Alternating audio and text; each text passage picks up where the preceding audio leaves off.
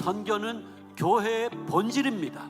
교회는 하나님으로부터 세상에 보냄받은 공동체로서 해도 끝이 안 보이고 이 터널은 언제 끝날까? 근데 결국에는 터널의 끝은 무릎 꿇음이고, 우리의 몸을요, 하나님이 주신 그 몸을 성전으로 기억하고 거룩하게 지키고 건강하게 유지할 때요, 바로 우리가 우리의 몸을 선교의 도구로 사용할 수 있는 것이라고. A를 최대로 하기 위해서 이야기했죠. 그게 바로 정타율이라든지 오늘은 B를 최대로 하기 위해서 뭘 해야 될 것인가, 이런 부분에서 능력이 많다고 성공하는 것이 아니라는 거예요. 나 힘이 많다고 빽이 많다고 성공하는 것이 아니라는 거예요. 세상에 봤을 때 그 사람이 성공한 것 같지만 그게 성공이 아니에요. 하나님의 입장에서 성공이 아니면. 그러나 우리가 하나님을 진짜 믿었고 주 예수님이 지금 나와 함께 계신 것이 정말 사실이라면 우리는 반드시 그 믿음을 가져야 합니다.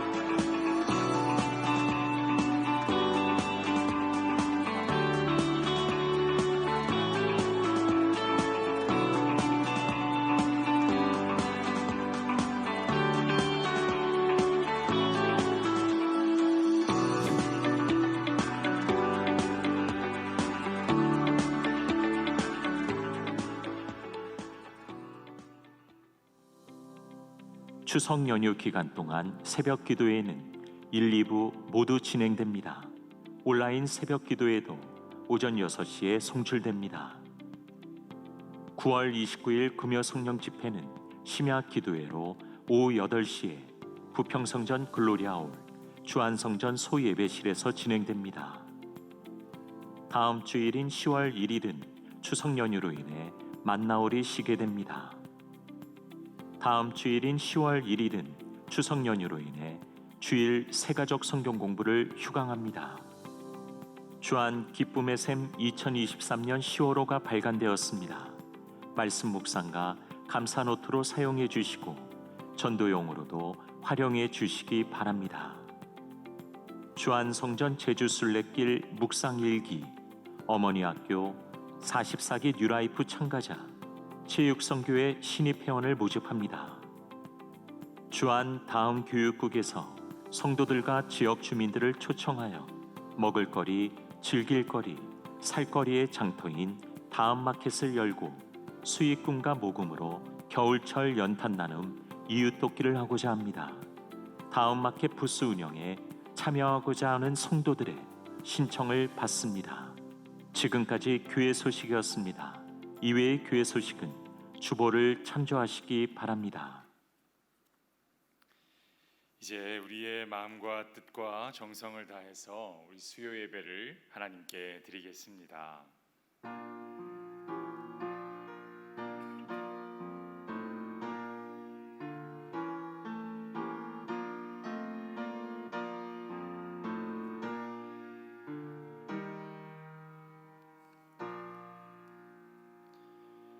우리의 비전이 되시는 하나님 아버지, 오늘도 이 예배 자리에 우리를 불러주셔서 감사합니다.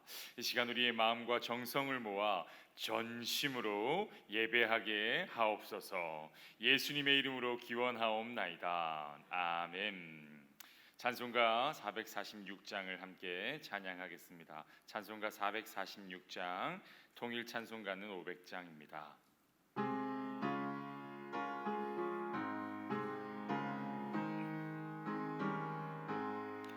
주 음성 외에는 참 기쁨 없도다. 날 사랑하신 주 늘 계시옵소서. 깊이고 깊이도다. 항상 깊이도다. 나 주께 왔사오니 복 주옵소서. 나 주께 왔으니 복 주시옵소서.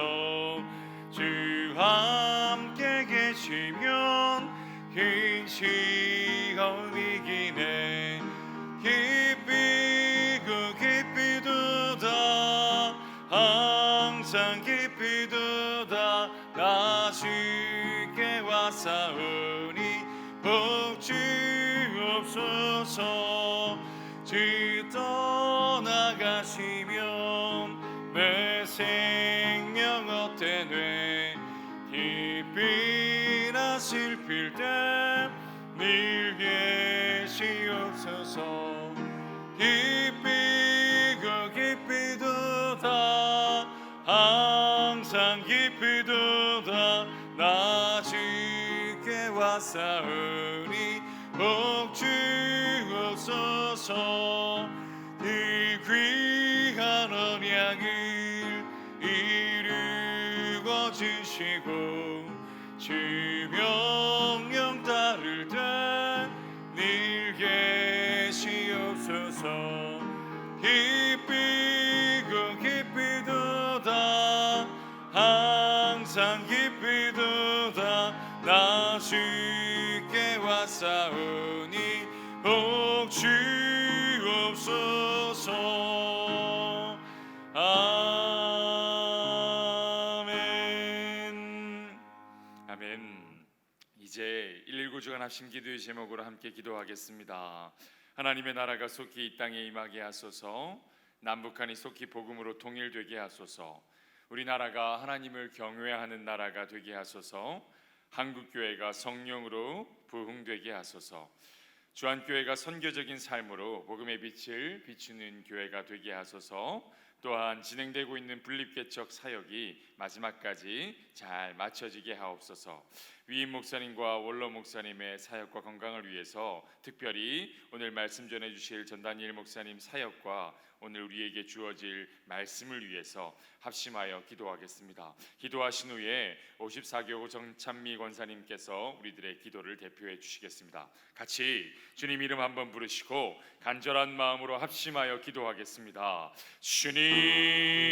주님, 하나님 아버지, 우리들이 시간 기도하며 말씀 듣기 위해 이 자리에 왔습니다. 우리들이 간절히 주님께 기도하오니 우리의 모든 기도가 주님께 온전히 응답되게 하시고 온전히 상달되는 귀한 시간 되게 하여 주옵소서. 하나님의 나라가 속히 이 땅에 임하게 하여 주옵소서. 세계 선교를 위해 쓰고 있는 많은 비행 선교사들이 있습니다. 비행기가 아니면 접근할 수 없는 지역들을 위해서 이들이 조정사, 정비사, 보조요원으로 귀한 사역을 감당하고 있습니다. 주님, 기술적인 부분, 물질적인 부분 모두가 다 잘 준비되게 하시고 수시로 직면하는 위험한 상황 가운데서도 그들을 보호하셔서 하나님의 역사가 그들을 통해 펼쳐지게 하여 주시옵소서. 하나님, 남북한이 속히 복음으로 통일되게 하여 주옵소서. 생존을 위해 몸부림치고 있는 북한 주민들을 인도하여 주시고 필요한 식량과 의약품들이 속히 전달될 수 있도록 주님 인도하여 주옵소서. 복음이 전해질 수 있는 문들이 열려지게 하시고 그를 통해 북한의 주민들 영육이 살아나며 구원받는 하나님 역사가 임하게 하여 주옵소서. 또한 하나님, 많은 선교사님들, 집사님들, 목사님들 억압되어 있는 이들을 주님께서 속히 석방하여 주시고 그들이 주님 안에 참된 자유를 되찾게 하여 주옵소서. 하나님, 우리나라가 하나님을 경외하는 나라가 되게 하여 주옵소서. 하나님, 이번 추석 연휴에 모든 국민들 안전하게 보호하여 주시고 가족 간의 사랑과 연합이 잘 일어날 수 있도록 주님 인도하여 주옵소서. 저출산으로, 이혼으로, 아동학대로 많은 이들이 아파하고 있습니다. 이 같은 문제들이 해결되는 지혜로운 정책들을 마련되게 하시고 가정을 향한 청년 세대의 소망들이 회복되어서 건강한 가정들이 온전히 세워져 나갈 수 있도록 주님 인도하여 주옵소서. 주님, 한국교회가 성령으로 새롭게 부흥되게 하여 주옵소서. 한국교회 목회자들이 날마다 영적으로 깨어있게 하시고 사랑과 성령의 충만함으로 하나님의 마음을 만족시키는 일꾼들이 되게 하여 주옵소서. 한국교회 성도들은 말씀에 순종함으로 하나님께 영광 올려드리며 주변의 이웃을 사랑으로 섬기며 복음 전하는 귀한 한국교회 될 수 있도록 그리하여서 이 한국교회가 성령으로 새롭게 부흥된 하나님 역사가 임하게 하여 주옵소서. 특별히 우리 주한교회가 선교적인 삶으로 복음의 빛을 비추는 교회가 되기를 원합니다. 하나님, 우리를 당신께서 기르시는 주님의 양으로 삼아주시니 참 감사합니다.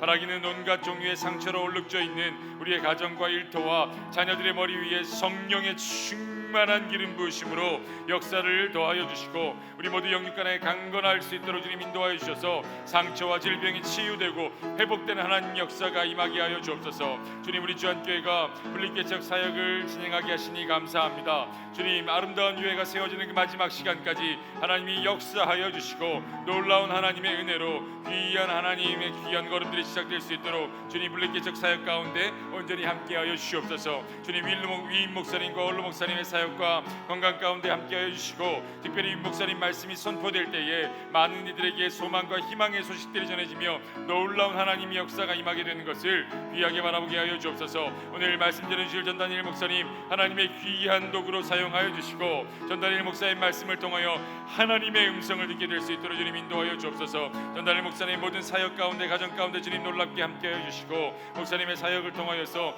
귀한 성령님의 역사가 일어날 수 있도록 주님 인도하여 주옵소서. 하나님, 우리의 모든 기도가 하나도 땅에 떨어지지 아니하게 하시고 놀랍게 하나님의 역사가 우리의 기도를 통해 일하게 되는 것을 바라보게 하여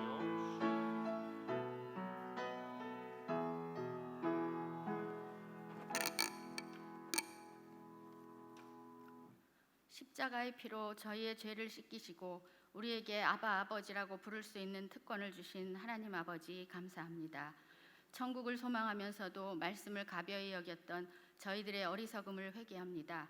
딱딱하게 굳은 저희의 마음을 성령으로 만지시어 부드럽고 겸손하게 바꿔 주옵소서. 우리가 원하고 바라는 기도가 하나님을 설득하는 것이 아니라 구하고 찾고 두드리며 하나님 앞에 항상 겸손하게 두 손을 모으는 기도자로 서게 하옵소서. 이제 우리 고유의 명절인 추석이 다가옵니다. 민족의 대이동이 시작되는 시점에서 건강하고 안전하게 오가며 가족 간의 사랑을 나누게 하옵소서. 우리 믿는 자들이 먼저 나눠주고 베풀고 섬기는 삶이 은혜임을 믿으며 실천하게 하옵소서. 교회와 가정이 의와 평강으로 다스리시는 주님을 온맘 다해 경배하고 복음을 전하게 하옵소서. 홍수와 지진, 기후의 온난화로 몸살을 앓고 있는 세계 여러 나라를 긍휼히 여겨주시고 그들의 안타까운 죽음을 구원하소서. 우리나라의 대통령과 위정자들을 붙들어 주옵시고 하나님을 두려워하면서도 경외하는 나라가 되게 하옵소서. 세계 곳곳에 나가 있는 선교사님들의 사역 위에 주님 함께하시고 돕는 동역자를 붙여주시고 위로하여 주옵소서. 선교적 삶을 실천하면서 복음의 빛을 비추는 주안교회가 되게 하옵소서. 가정에서 직장에서 내가 서 있는 그곳이 예수님의 마음을 품고 선교적인 삶을 살아가는 장소가 되게 하옵소서. 주승중 위임 목사님 늘 강건케 하옵시고 말씀의 능력이 항상 넘쳐 성도들의 마음에 은혜의 시간들이 되게 하옵소서. 나겸일 원로 목사님 노년의 삶을 붙드시고 천국의 소망으로 남은 사역도 끝까지 함께 하옵소서. 부목사님들 사역 위에도 주님 함께 하옵시고 성도들에게 늘 사랑이 흘러넘치게 하옵소서. 주안교회의 분립개척이 주님의 계획대로 순적하게 이루어지며 세우신 목사님과 동역자들에게 힘과 능력을 주셔서 지치지 않게 도와주옵소서. 오늘 말씀을 전하시는 전다니엘 목사님 비전이 이끄는 삶으로라는 주제로 말씀을 전하십니다. 목사님 말씀 증거하실 때 하나님 은혜 내려주시고 듣는 우리 모두에게 충만함을 더하여 주옵소서. 목사님의 사역과 가정 위에도 주님 동행하여 주옵소서. 이 예배를 온전히 주님께 맡기며 우리를 죽기까지 사랑하시는 예수님의 이름으로 기도드리옵나이다. 아멘.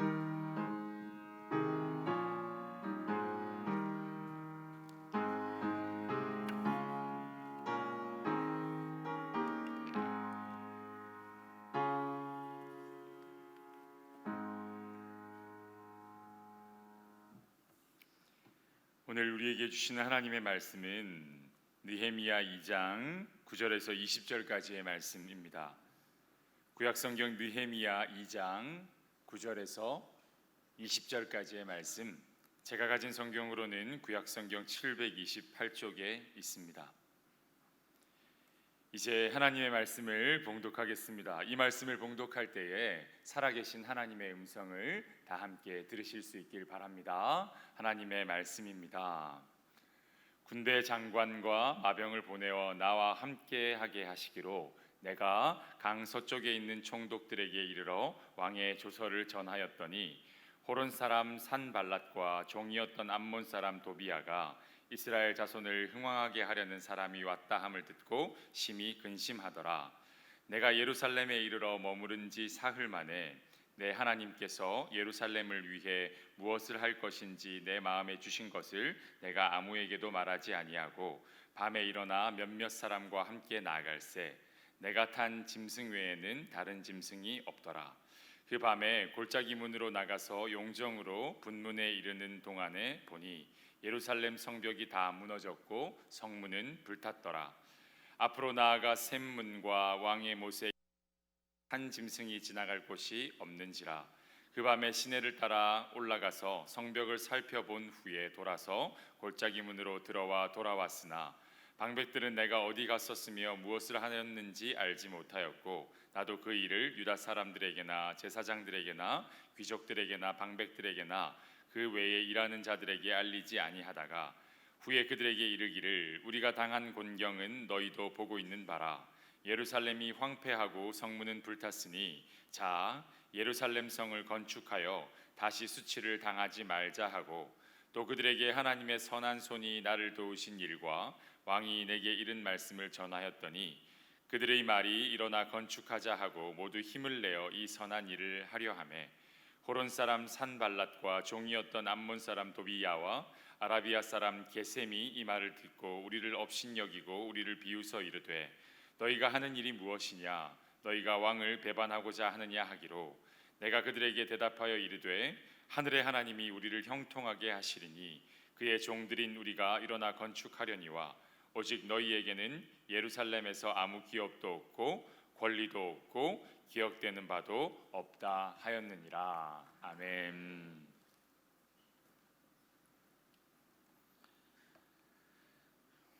잠시 기도하겠습니다. 하나님, 주님 전에 나와 하나님을 찬송하며 예배하게 하시니 감사합니다. 이 시간 우리의 마음과 귀를 열어서 믿음의 눈을 들어서 하나님 말씀 듣고자 하오니 말씀 가운데를 만나 주옵소서. 예수님 이름으로 기도드립니다. 아멘. 할렐루야. 이 시간 하나님께서 말씀을 통해 우리에게 은혜 주실 줄 믿습니다. 이제 추석이 코앞으로 다가왔습니다. 좋으시죠? 명절을 앞두고 저는 좀 걱정이 하나 있습니다. 다른 이유가 아니고 살찔까봐 걱정이 좀 됩니다. 명절 되면은 좀 많은 음식들이 차려지잖아요, 그죠? 그래서 조절이 잘 될 수 있을지 모르겠습니다. 제가 튀긴 음식 좋아해요. 전 좋아합니다. 새우튀김, 오징어튀김, 동태전, 녹두전 생각만 해도 좋습니다. 맛있는 음식 많이 드시고 풍성한 명절 보내실 수 있었으면 좋겠습니다. 오늘 이 시간은 아주 특별한 전을 드시면서 영의 양식을 채우셨으면 합니다.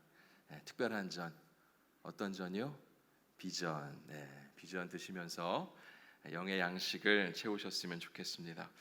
느헤미야라는 인물에 대해서는 저와 여러분이 이미 잘 알고 있습니다. 누군가가 저에게 느헤미야를 한 문장으로 표현하라 라고 한다면 저는 비전의 사람이다 라고 말씀드릴 것 같습니다. 기도하면서 하나님의 뜻을 품고 또 기도하면서 품은 뜻을 이루어갔던 사람, 비전의 사람 느헤미야였습니다. 느헤미야서는 무너진 예루살렘 성벽을 다시 재건하는 이야기인데 이 이야기가 참 중요한 것은 이스라엘 백성들에게만 일어났던 일, 그들에게 있었던 일, 그들의 이야기로만 그치지 않는다라는 겁니다. 오늘 이 시대 우리들에게도 주시는 하나님의 말씀이라는 겁니다. 그래서 오늘 이 말씀을 잘 새겨 들으시고 우리 삶 가운데 적용할 수 있는 모두가 될 수 있었으면 합니다. 본문의 배경에 대해 간단히 말씀드리면 남유다가 바벨론에게 멸망을 당하죠. 그렇게 바벨론에게 통치를 받고 있었고 시간이 지나서는 어느 나라에 또 통치를 받게 되나요?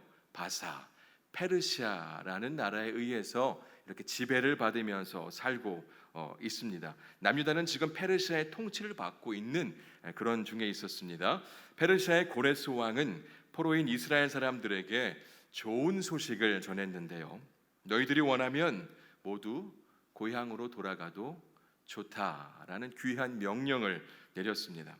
여러분 얼마나 기쁜 소식일까요? 며칠, 몇 년도 아니고 수십 년을 자유가 없는 상태로 포로의 신분으로 살다가 이제 너희들 자유로운 삶을 살아도 좋다라는 말을 들었을 때에 얼마나 기분이 좋았겠습니까? 그렇게 해서 이스라엘 백성들의 일부가 먼저 1차로 귀환을 하게 되는데, 안타깝게도 이들이 고향으로 돌아왔을 때는 별게 없었습니다. 남아있는 것이 거의 없었어요. 솔로몬이 지은 성전을 포함한 모든 성은 불타고 성벽은 허물어져 있었습니다. 먼저는 하나님께서 스룹바벨이라는 인물을 통해 무너진 성전을 다시 회복시키십니다. 그런데 아직 그 성전을 둘러싸는 성벽까지는 완성되지 못한 상태였습니다. 이후 하나님께서는 에스라의 인도로 2차 귀환을 하게 하십니다. 돌아온 백성들은 무너진 성벽을 다시 세우려고 했지만 그게 잘 됩니까? 잘 이루어지지 않았습니다. 왜요? 성벽을 재건하는 일을 방해하는 사람들이 있었기 때문입니다. 회방꾼들에 의해서 성벽과 성문은 그대로 방치될 수밖에 없었습니다. 이런 시점에서 다른 한편 페르시아의 술 맡은 관원으로 있던 느헤미야가 동생 하나니를 통해서 예루살렘에 관한 소식을 듣게 됩니다. 지금 예루살렘 성은 파괴되고 성문은 불타버렸다고, 백성들이 지금 큰 실망에 빠져 있다라는 소식을 동생을 통해 듣게 된 것입니다. 자신의 민족과 자신의 나라를 누구보다 사랑했던 느헤미야는 이 소식을 듣고 어떤 모습을 보이는가 하면 금식을 하면서 기도합니다. 여러분, 금식하면서 기도하는 것 해보신 분은 아시겠지만 쉽지가 않은 일입니다. 저 여러분이 잘 알고 있습니다. 잠깐의 배고픔도 우리는 견디기가 어렵다는 것. 제가 잘 웃는 목사거든요. 잘 웃는 사람입니다. 근데 미소가 사라질 때가 있어요. 표정이 굳어질 때가 있는데 그게 언제냐면 배고플 때. 한 집에 사는 제 집사람이, 아내가 누구보다 잘 알고 있습니다. 배고프면은 표정이 이제 안 좋아져요. 그래서 여러분들 혹시라도 교회 이렇게 뭐 지나시다가 제 얼굴이 좀 상태가 안 좋다, 표정이 안 좋다 그러면은 저 목사가 배가 고프구나. 그렇게 이해를 하시면은 거의 뭐 틀리지 않을 겁니다. 여하튼 금식하면서 기도하는 것은 결코 쉬운 일이 아닙니다. 그런데 느헤미야는 사랑하는 민족을 위해서, 자신의 나라를 위해서 금식하면서 기도했다라는 것이죠. 여러분, 지금 우리나라를 보면 어떤가요? 절대적으로 기도가 필요한 상황입니다. 정치적으로도 그렇고 경제적으로도 그렇고 사회적으로도 끊임없는 문제들이 있습니다. 뉴스를 보면 좋은 소식 접하기가 참 힘듭니다. 뉴스를 틀었다 하면 가슴 아픈 슬픈 소식이 줄지어서 나오잖아요. 좋은 소식을 듣기가 참 쉽지가 않아요. 나라를 위한 관심과 기도가 우리 모두에게 꼭 필요합니다. 그리고 항상 필요합니다. 느헤미야는 자신의 나라를 위한 관심이 있었습니다. 나라를 위해 기도하는 사람이었습니다. 여러분에게 질문을 한 가지 드리겠습니다. 느헤미야는 이스라엘 백성 안에서 어떤 위치에 있던 사람이었을까요? 이스라엘 백성 안에서 어떤 위치에 있었던 사람이었습니까? 이스라엘의 지도자였나요? 느헤미야는 이스라엘의 지도자가 아니었습니다. 그는 민족의 운명을 책임져야 하는 지도자가 아니었어요. 그러나 그에게는 사랑하는 마음, 무엇을? 나라를 사랑하는, 조국을 사랑하는 마음이 있었습니다. 자신의 나라가 당하는 아픔을 가만히 두고 보지를 못했던 거죠. 이 느헤미야가 말입니다. 느헤미야가 민족과 나라를 위해서 당장 할 수 있는 것이 무엇이었을까요, 여러분? 별거 없었어요. 그저 자신의 자리에서 나라를 위해서 기도하는 것뿐이었습니다. 그저 자신의 자리에서 나라를 위해서 안타까운 마음으로 간절히 기도하는 것뿐이었어요. 본문 말씀은 아니지만 1장 6절 7절 말씀을 한번 볼 텐데요. 제가 1장 6절 7절 말씀을 읽겠습니다. 이제 종이 주의 종들인 이스라엘 자손을 위하여 주야로 기도하오며 우리 이스라엘 자손이 주께 범죄한 죄들을 자복하오니 주는 귀를 기울이시며 눈을 여시사 종의 기도를 들으시옵소서. 나와 내 아버지의 집이 범죄하여 주를 향하여 크게 악을 행하여 주께서 주의 종 모세에게 명령하신 계명과 율례와 규례를 지키지 아니하였나이다. 여러분, 기도하는 중에 느헤미야는 무엇을 깨닫게 됐습니까? 이스라엘이 행한 죄악들. 하나님께 무엇을 또 고백했습니까? 이스라엘의 죄를 고백하고 있습니다. 기도 중에 이스라엘의 잘못을 깨닫게 되었고요, 이스라엘의 죄를 고백하고 있습니다. 여러분, 기도할 때 감추어졌던, 깨닫지 못하고 있었던 죄를 발견하게 되는 것을 보게 되죠. 여러분, 그렇습니다. 기도는 문제를 깨닫게 하는 능력이 있습니다.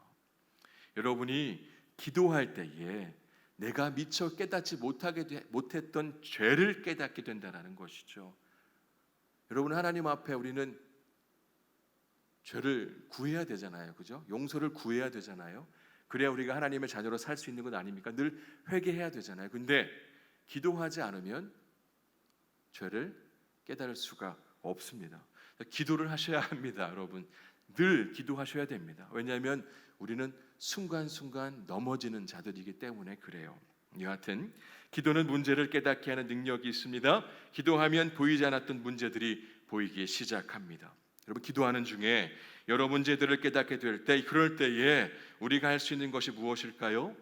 더 깊이 하나님께 나아가는 것이고 더 간절히 하나님께 기도하는 것입니다. 하나님께 용서를 구하는 것입니다. 그리고 가장 중요한 것이요, 하나님의 말씀을 의지하고 하나님의 약속을 붙잡고 기도하는 것입니다. 느헤미야 1장 5절과 또 1장 9절 말씀을 제가 읽도록 하겠습니다. 먼저 5절 말씀입니다. 1장 5절.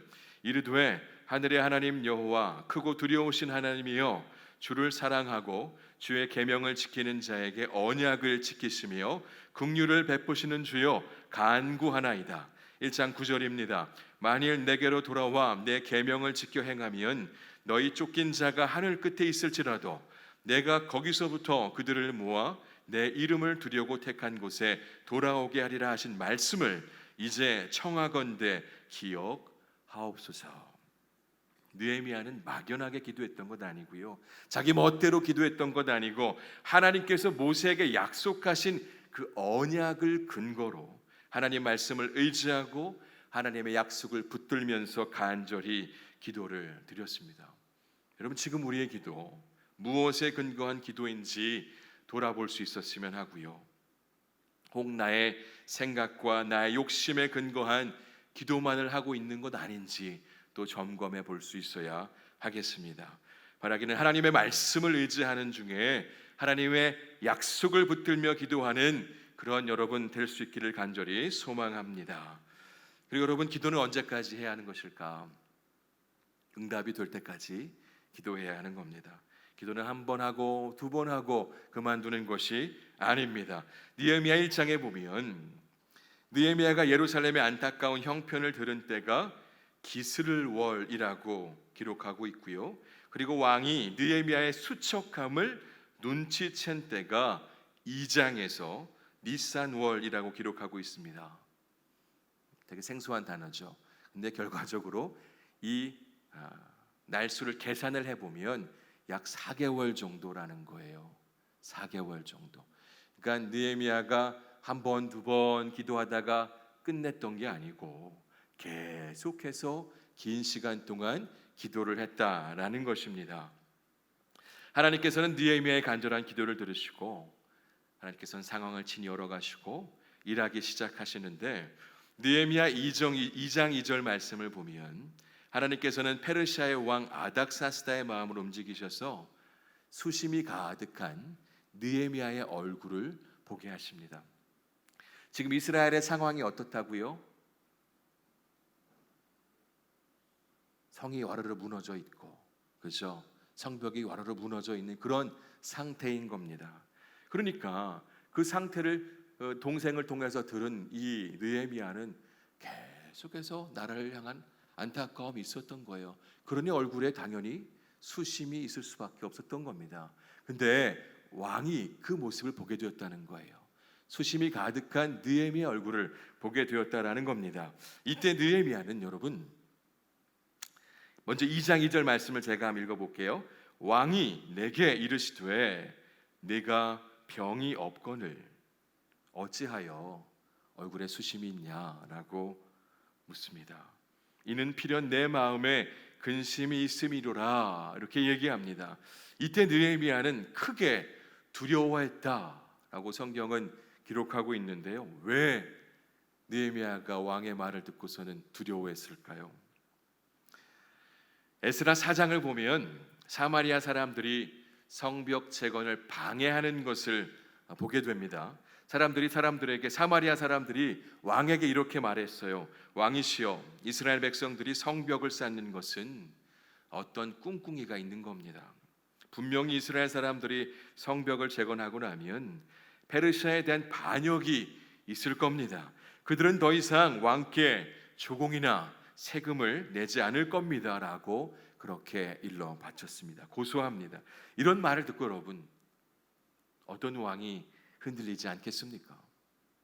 어떤 왕이 막지 않겠냐는 겁니다. 에스라 4장에서 아닥사스다 왕은 그 말을 듣고 이러한 명령을 내립니다. 이제 너희는 명령을 전하여 그 사람들에게 공사를 그치게 하여 그 성을 건축하지 못하게 하고 내가 다시 조서 내리기를 기다리라. 여러분, 예루살렘 성벽 재건을 막았던 대표 인물이 바로 누구였던 겁니까? 아닥사스다 왕이었던 겁니다. 이 문제가 왕에게 아주 민감한 부분이라는 것을 느헤미야는 잘 알고 있었어요. 왕의 측근이었기 때문에 그렇습니다. 다 전에 듣잖아요. 얘기를 잘못 꺼내면 왕의 진노를 살 수 있는 아주 민감한 문제였습니다. 여러분, 지금 느헤미야에게 위기 그리고 기회 두 가지가 동시에 찾아왔습니다. 너에게 무슨 근심이 있느냐 하는 왕의 물음에 여러분, 느헤미야가 어떻게 대답을 했을까요? 2장 3절 말씀이에요. 왕께 대답하되 왕은 만세수를 하옵소서. 내 조상들의 묘실이 있는 성읍이 이제까지 황폐하고 성문이 불탔사오니 내가 어찌 얼굴에 수심이 없사오리까 하니. 느헤미야는 왕의 장수를 기원한 후에 본론을 얘기합니다. 그런데 단순하게 예루살렘 성이 황폐해졌고 성문이 불탔다라고 그렇게만 말하지 않고 어떻게 말합니까? 나의 조상들의 묘실이 있는 성읍이 그렇게 되었습니다 라고 그렇게 덧붙여서 말을 했습니다. 당시 근동에는 조상 숭배 사상이 널리 퍼져 있었습니다. 조상 숭배 사상이 퍼져 있었어요. 그리고 느헤미야 역시 조상 숭배 사상에 대해서 익히 잘 알고 있었을 겁니다.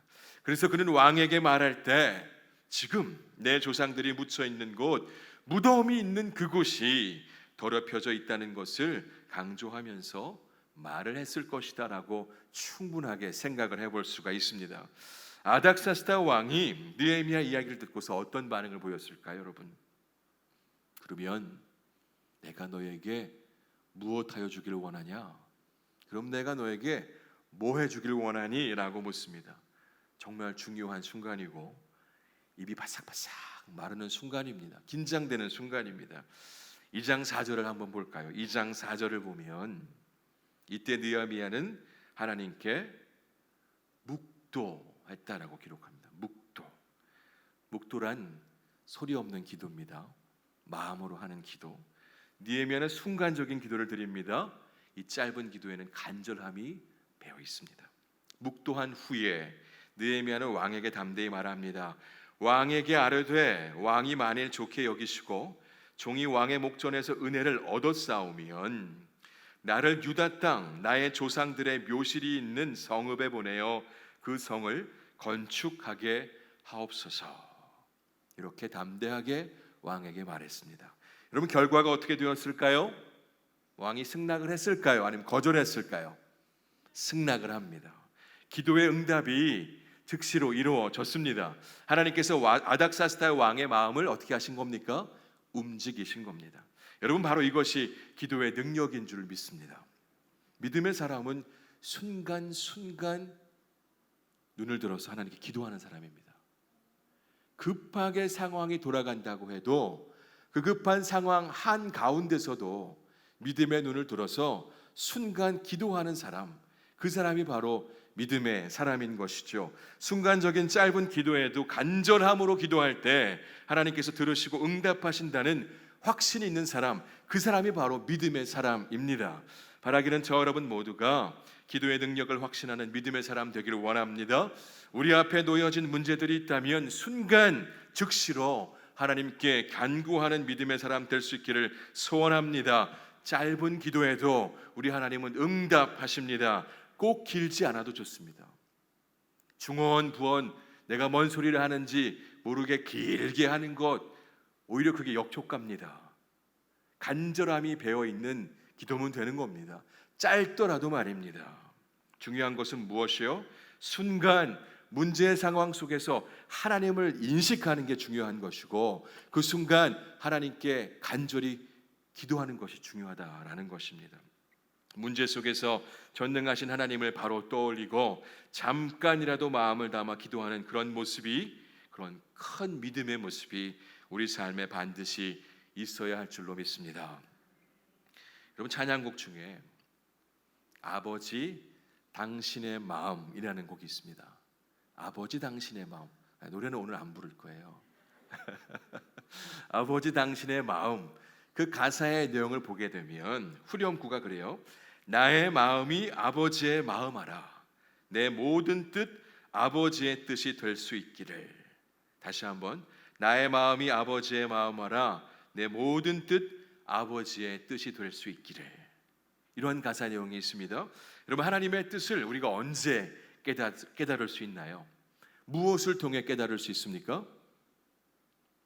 하나님 말씀이 담겨있는 성경을 통해 깨달을 수 있습니다. 그리고 기도하는 중에 하나님의 뜻을 깨달을 수가 있습니다. 하나님께서는 자신의 뜻을 우리 안에 소원을 두고 행하게 하십니다. 기도 중에 하나님이 주시는 소원이 생겨난다면, 일어난다면 그 소원은 어떻게 해야 되는 걸까요? 붙잡아야 합니다. 하나님은 기도하는 중에 하나님 마음을, 하나님의 뜻을 깨닫게 하시고, 또 중요한 건 뭘까요? 그 뜻을 품고 행하게 하신다는 겁니다. 깨닫게만 하시지 않고 품고만 있게 하시지 않고 그 뜻을 행하게 하신다라는 겁니다. 나를 통해 행하게 하신다는 겁니다. 하나님 우리를 통해 일하시기 원하시는 분이세요.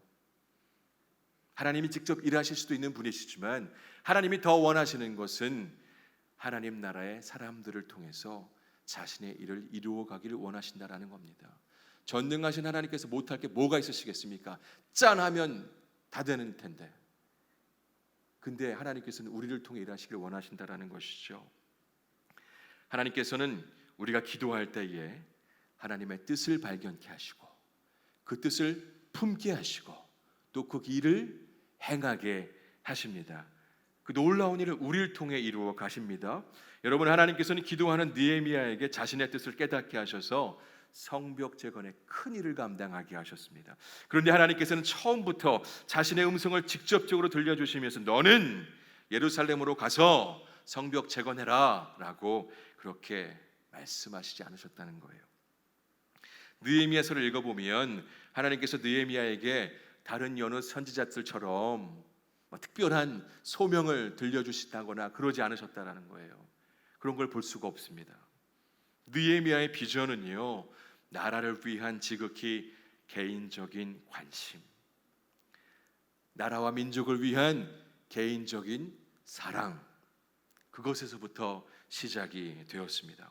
나라와 백성들을 위해 자신의 그 자리에서 기도를 하다가 비전을 발견하게 된 겁니다. 그리고 계속해서 기도하면서 비전이 구체화된 겁니다.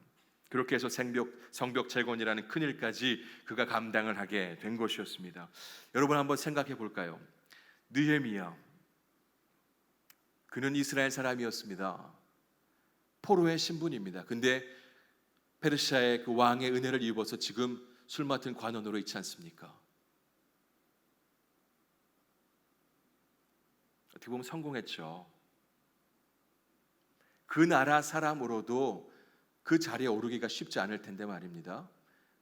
다른 이방 나라의 사람인데 강한 강대국의 높은 자리에 그 신분을 갖게 되었습니다. 그렇다면 여러분 한번 생각을 해보실까요? 이 느헤미야가 굳이 뭐 이렇게 어려운 일을 안 해도 되지 않습니까?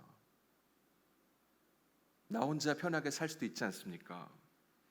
어떻게 보면 가장 포로 중에 성공한 사람이라고 볼 수도 있을 것 같은데 그에게 재물도 있고 명예도 있고 보장된 신분도 있는데 맘만 먹으면 그냥 자기 멋대로도 살 수 있지 않았겠습니까? 그런데 느헤미야는 보장된 삶에 머물러 있지 않았습니다. 여러분, 하나님께서는요, 기도하는 사람들, 신실한 믿음의 사람들을 그저 세상의 낙을 즐기면서 살도록 가만히 내버려 두시지 않습니다. 생활 속에서 안주하고 넋놓고 있지 않게 하십니다. 우리를 깨우십니다. 우리의 마음을 두드리십니다. 기도 중에 뜨거운 울림을 주십니다. 하나님의 소원을 갖게 하십니다. 남들이 이해할지는 모르겠지만 하나님의 뜻을 이루기 위해서 사서 고생도 하고요, 때로 고난의 길을 자처하기도 합니다. 여러분, 우리에게 하나님의 소원, 하나님의 뜻을 이루어 드릴 그 비전이 있습니까? 가슴 속에 뜨거움이 있습니까? 그 뜨거운 불이 있나요? 성령이 임하면 환상을 보고 꿈을 꾼다고 했는데 성령님께서 주시는 환상과 꿈에 붙들려 살고 계십니까? 느헤미야는 기도 중에 하나님의 뜻을 발견했습니다. 그 꿈을 품었습니다. 그리고 그는 기도하면서 더욱 그것을 구체화했고 하나님의 뜻을 이룬 구체적인 방법에 대해 더 깊이 생각을 했습니다. 2장 7절 8절을 보면 느헤미야는 왕의 질문 앞에 주저함 없이 자신에게 필요한 것을 요청합니다. 왕이시여, 유다까지 가는데 왕께서 무사히 통과할 수 있도록 그렇게 좀 해주십시오. 산림감독 아셉에게 조서를 내리셔서 필요한 물품들을 마련할 수 있게 해달라고 그렇게 요청을 합니다. 여러분, 모든 일이 순탄하게 진행되려면 반드시 필요한 조건이 있습니다. 그것은 하나님께서 허락하시는 기회, 그리고 우리의 기도가 있어야 그 모든 일들이 순탄하게 진행이 될 수가 있습니다. 아무리 노력해도 하나님께서 기회를 허락하시지 않으면 아무런 소용이 없습니다. 또 기회가 주어져도 기도 없이는 안 되는 것입니다. 여러분, 비전이 이끄는 삶은 먼저 무엇보다도 기도하는 삶이라는 것 기억하십시오. 더 나아가서 하나님의 뜻을 품고 행하는 삶이라는 것도 기억하실 수 있기를 바랍니다. 우리가 한 가지 더 기억할 것이 있습니다. 하나님의 일은 함께 해야 한다는 것, 이것도 기억하십시오. 비전이 이끄는 삶은 바로 함께 일하는 삶입니다. 느헤미야는 예루살렘에 도착해서 눈앞에 펼쳐진 상황, 그 참담한 상황을 봤습니다. 그리고 무엇을 해야 될지 아무도 모르게, 먼저는 아무도 모르게 모든 사태 파악을 다 했습니다. 그리고 그 일 이후에 이제 담대하게 백성들과 제사장 지도자들 앞에 섰습니다. 그 앞에서 무엇했을까요? 하나님이 지금까지 행하셨던 그 선한 일에 대해서, 지금까지 하나님께서 이스라엘 백성들을 어떻게 인도하셨는지, 하나님께서 어떻게 이스라엘을 사랑하셨는지 그 놀라운 일을 선포했다라는 것입니다. 그러면서 백성들에게 새로운 동기를 부여했습니다. 하나님을 위한 일에 우리가 함께하자. 2장 17절 18절을 한번 보실까요? 후에 그들에게 이르기를 우리가 당한 곤경은 너희도 보고 있는 바라. 예루살렘이 황폐하고 성문이 불탔으니 자, 예루살렘 성을 건축하여 다시 수치를 당하지 말자 하고, 또 그들에게 하나님의 선한 손이 나를 도우신 일과 왕이 내게 이른 말씀을 전하였더니 그들의 말이 일어나 건축하자 하고 모두 힘을 내어 이 선한 일을 하려 하매. 아멘. 느헤미야가 한 말은 많은 사람들에게 무엇을 심어줬을까요? 희망을 심어줬습니다. 하나님이 지금 우리와 함께 하신다는 그 말에 이스라엘 백성들의 마음이 하나님께로 다시 향하게 됐습니다. 그 전까지는 대충 살았어요. 그 전까지는 자기 앞가림만 하면서 자신들을 위한 삶만 살았습니다. 그러나 느헤미야의 말을 듣고서 모두 하나 되기 시작했습니다. 그 전까지는 할 수 없어, 안 돼 라고 하던 사람들이 이제는 일어나 건축하자, 그렇게 고백하게 되었다라는 것이죠. 그런 분위기로 바뀌었다는 겁니다. 여러분, 느헤미야는 잘 알고 있었습니다. 무엇을 잘 알고 있었을까요? 나 혼자는 하나님의 일을 감당할 수 없어 라는 것을 잘 알고 있었습니다. 하나님께서 나에게 비전을 품게 하시고 또 이렇게 행하고자 하는 그런 거룩한 마음을 주셨지만 나 혼자로는 할 수 없음을 그가 잘 알고 있었습니다. 그래서 하나님의 백성들과 함께 지금 일을 하고자 믿음의 선포를 한 것이죠. 여러분, 하나님의 일은 동역해야 합니다. 우리가 교회에서도 일할 때에 나 혼자만으로는 하면 안 되고요. 같이 동역할 수 있어야 합니다. 함께 감당해야 합니다. 하나님의 일은 잘난 몇 사람만 하는 것이 절대 아닙니다. 그렇게 해서는 일이 진행되지 않습니다. 함께 일하고 한 마음으로 일해야 하는 것입니다. 지난 토요일에 교고 식구들과 함께 미셔널 라이프 활동을 했습니다. 대단한 일 한 거 아니었습니다.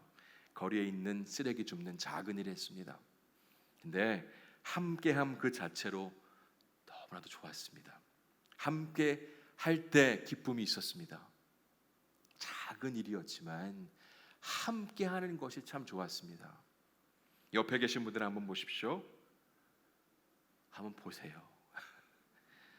내 옆에 있는 분들이 하나님 나라를 위해 일할 귀한 동역자입니다. 옆에 분 이렇게 한번 말씀해 주세요. 당신은 귀한 동역자입니다.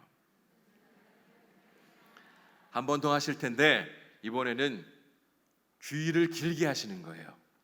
당신은, 그렇죠.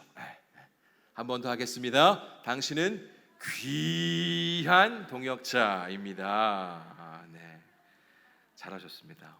여러분, 느헤미야 3장을 보면요, 많은 사람들의 이름이 계속해서 열거가 되고 있습니다. 느헤미야 3장에 여러 사람들의 이름이 기록되어 있습니다. 어떤 사람들일까요?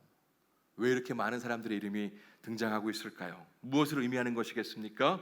혼자가 아니라 동역자들과 함께 일했다는 건 말해주고자 그런 것 아닐까요? 여러분, 믿음의 동역자들과 함께 일하는 자들 될 수 있기 원합니다. 그리고 하나님이 주신 약속을 상실한 채 비전을 잃어버리고 신세한탄하는 이들과도 함께 할 수 있는 저 여러분 되기를 원합니다. 더 나아가서 이번 명절에 믿지 않는 가족들, 형제들에게도 비전을 심어주고 그들과도 함께 할 수 있는 비전의 사람들 다 되실 수 있기를 축복합니다. 이제 말씀을 마무리하겠습니다. 여러분, 모든 것을 다 아시는 전지하신 하나님은요, 자신의 뜻을 이루기 위한 전체 계획을 이미 다 가지고 계십니다. 그런데요, 하나님의 일꾼들인 우리들에게 모든 것 다 오픈하시지 않고 모든 것 다 알려주시지 않고 항상 기도하면서 나만 믿고 따라와라, 항상 기도하면서 내 뜻에 내 비전에 함께 동참해라, 그렇게 말씀하십니다. 여러분, 바라기는 기도의 능력을 확신하십시오. 기도의 능력을 확신하며 순간순간 매 순간 기도하는 그런 삶을 이루어 가실 수 있기를 축복합니다. 그리고 기도 중에 품게 하시는 그 비전, 그 거룩한 소원 실행하는 삶을 이루실 수 있기를 축복합니다. 끝으로 비전을 위해 함께 믿음의 사람들과 동역하는 삶을 이루어 가실 수 있기를 축복합니다. 바라기는 우리의 삶이 날마다 비전이 이끄는 삶이 되어서 모든 순간 하나님께 영광 올려드리는 우리 모두가 되기를 간절히 원합니다. 우리를 통해 행하실 놀라운 일들을 기대하면서 하루하루 전진하는 믿음의 사람 되실 수 있기를 축복합니다. 기도하겠습니다. 하나님, 우리 모두를 하나님의 자녀로 삼아 주셔서 하나님의 거룩한 비전을 품을 수 있는 특권 주시니 감사합니다. 부족하고 연약한 우리들이 하나님의 통로가 되어 하나님의 뜻을 이루는 비전의 사람으로 살 수 있음을 늘 감사하게 하옵소서. 주님, 우리에게 이러한 모습이 있길 원합니다. 항상 기도하게 하옵소서. 기도하는 중에 하나님 마음을 깨닫게 하시고, 기도하는 중에 구체적인 뜻을 발견하여 비전을 위해 행동하는 큰 믿음이 있게 하여 주옵소서. 또한 하나님의 일을 믿음의 귀한 동역자들과 함께 감당하게 하옵소서. 많은 이들을 주님께로 돌아오게 하여 하나님의 나라를 든든히 세워가는 귀한 일을 우리 모두가 감당케 하여 주옵소서. 우리를 거룩한 통로로 사용하실 하나님을 기대하오며 예수님의 이름으로 기도드립니다. 아멘.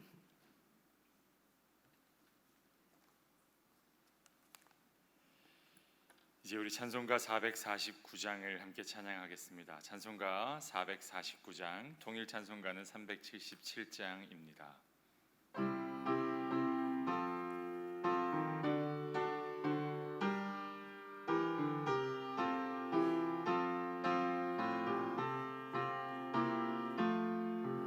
예수 따라가며 복음 순종하면 우리 행할 길 완하겠네. 주를 의지하며 순종한 인자를 주가 늘 함께 하시리라. 의지하고 순종하는 길은 예수 안에 즐겁고 복된 길이로다.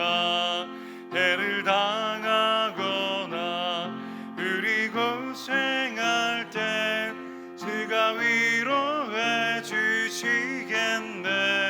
주를 의지하며 순종한 인자를 주가 안위해 주시리라.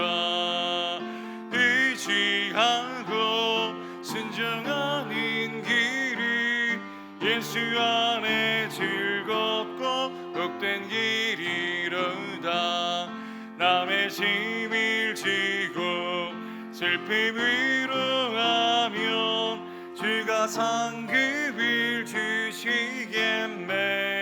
주를 의지하며 순종한 인자를 항상 복 내려 주시리라. 의지하고 순종하는 길이 예수 안에 즐겁고 복된 길이로다. 우리 받을 것을 주께 다 드리면 우리 기쁨이 넘치겠네. 주를 의지하며 순종한 인자를 은혜 풍성케 하시리라. 의지하고 순종하는 길은 예수 안에 즐겁고 복된 길이로다. 주를 힘입어서 말씀 잘 배우고 주를 모시고 살아가세. 주를 의지하며 항상 순종하면 주가 사랑해 주시리라. 의지하고 순종하는 길이 예수 안에 즐겁고 복된 길이로다. 아멘. 이제는 우리 주 예수 그리스도의 크신 은혜와 하나님의 변함없는 다함없는 사랑과 성령의 감화 교통 역사하심이 기도하며 비전을 품고 그 비전을 행할 때에 믿음의 사람들과 주의를 함께하겠노라 결단하는 이 자리에 있는 하나님의 택한 백성들 위에 이들의 가정과 일터와 앞으로의 걸음걸음 위에 이제로부터 영원토록 함께하옵시기를 간절히 축원하옵나이다. 아멘.